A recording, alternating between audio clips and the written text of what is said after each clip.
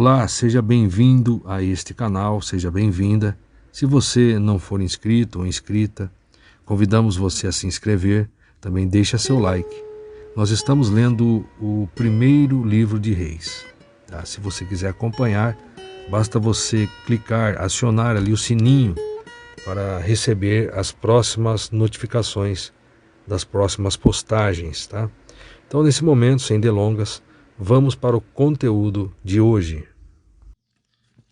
Introdução 1 Reis. Autoria. Até hoje há poucas evidências históricas e exegéticas que definem com segurança o autor dos livros de 1 e 2 Reis.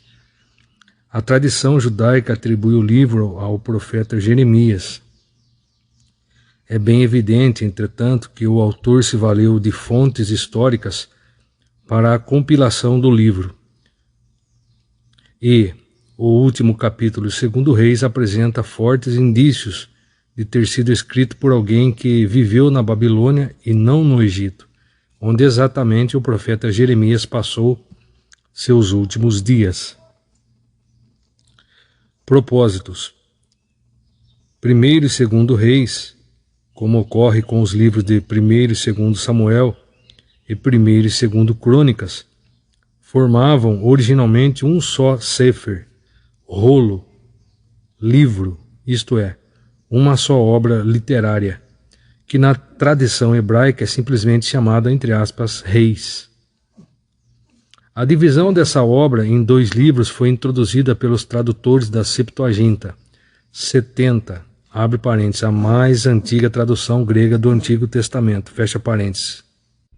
Princípio adotado mais tarde também na Vulgata Latina e na maioria das versões atuais, inclusive usando a mesma divisão dos textos em capítulos e versículos.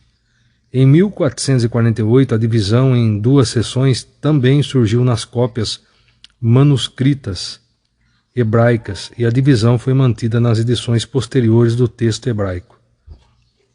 O propósito do livro não é somente registrar a história dos reis, mas demonstrar que o sucesso de qualquer rei, abre parênteses, e de uma nação inteira, fecha parênteses, depende da medida de sua fidelidade à Torá, vírgula, lei, vírgula, de Deus. O fracasso espiritual resultou em quedas sucessivas e, por fim, o cativeiro. Algumas passagens clássicas de 1 Reis são, primeiro, a descrição da grande sabedoria de Salomão, capítulos 3 e 4. A dedicação do templo construído por Salomão, capítulo 8. A visita de Sabá, capítulo 10. E o ministério de Elias, particularmente sua confrontação com os profetas de Baal no Monte Carmelo, capítulo 18. Data da primeira publicação.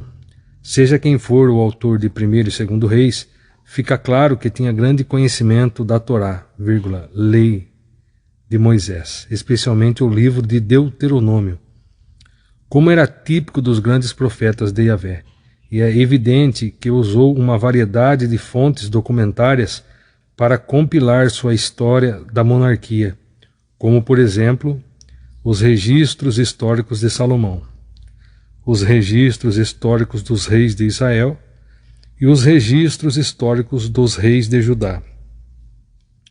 É possível que outras fontes documentárias também tenham sido empregadas, como as que são mencionadas nos livros de crônicas.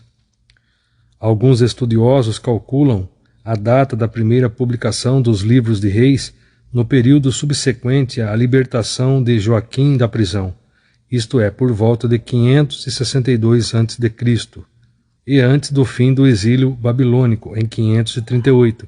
Essa posição é questionada por outros historiadores e biblistas, tendo por base algumas declarações de 1 e 2 Reis, que relatam certos acontecimentos no período pré-exílico que, segundo ele afirma, continuam existindo até hoje.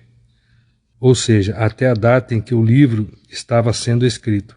Tais estudiosos ainda defendem a ideia de que o autor viveu em Judá, no período pré-exílico, e não na Babilônia, no período pós-exílico. Sendo assim, devemos concluir que o livro original foi redigido e composto por volta da data da morte de Josias, e o material sobre o período subsequente ao seu reinado foi acrescentado durante o exílio, em torno de 550 a.C.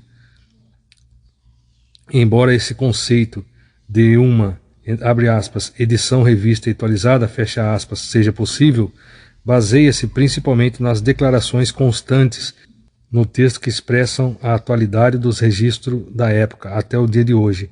Uma alternativa possível é compreender que essas declarações pertencem às fontes documentárias usadas pelo autor em vez de serem comentários do próprio compilador.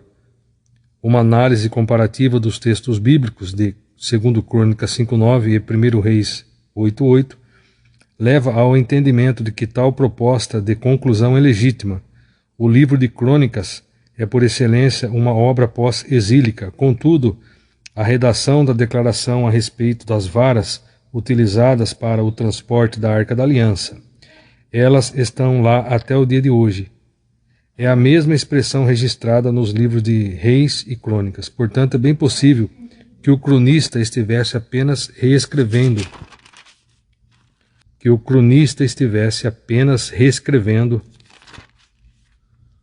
sua fonte documentária, ou seja, 1 Reis 8:8, da mesma maneira que certamente fez com outros relatos e documentos. Esse entendimento sobre a autoria permite concluir que houve um único autor e compilador final para os livros dos reis, e que viveu no exílio. Esboço geral de 1 Reis. O Reino Unido de Israel, capítulo 1, versículo 1, 11, 43. A entronização do filho de Davi, Salomão, 2 Crônicas 1, 1 ao 17. Deus concede especial sabedoria a Salomão, capítulo 3, versículo 2 ao 4. A casa de Yahvé construída por Salomão. A notoriedade de Salomão em todo o mundo. Os pecados e a queda de Salomão. O reino dividido de Israel. A divisão do reino. Norte Israel e sul Judá.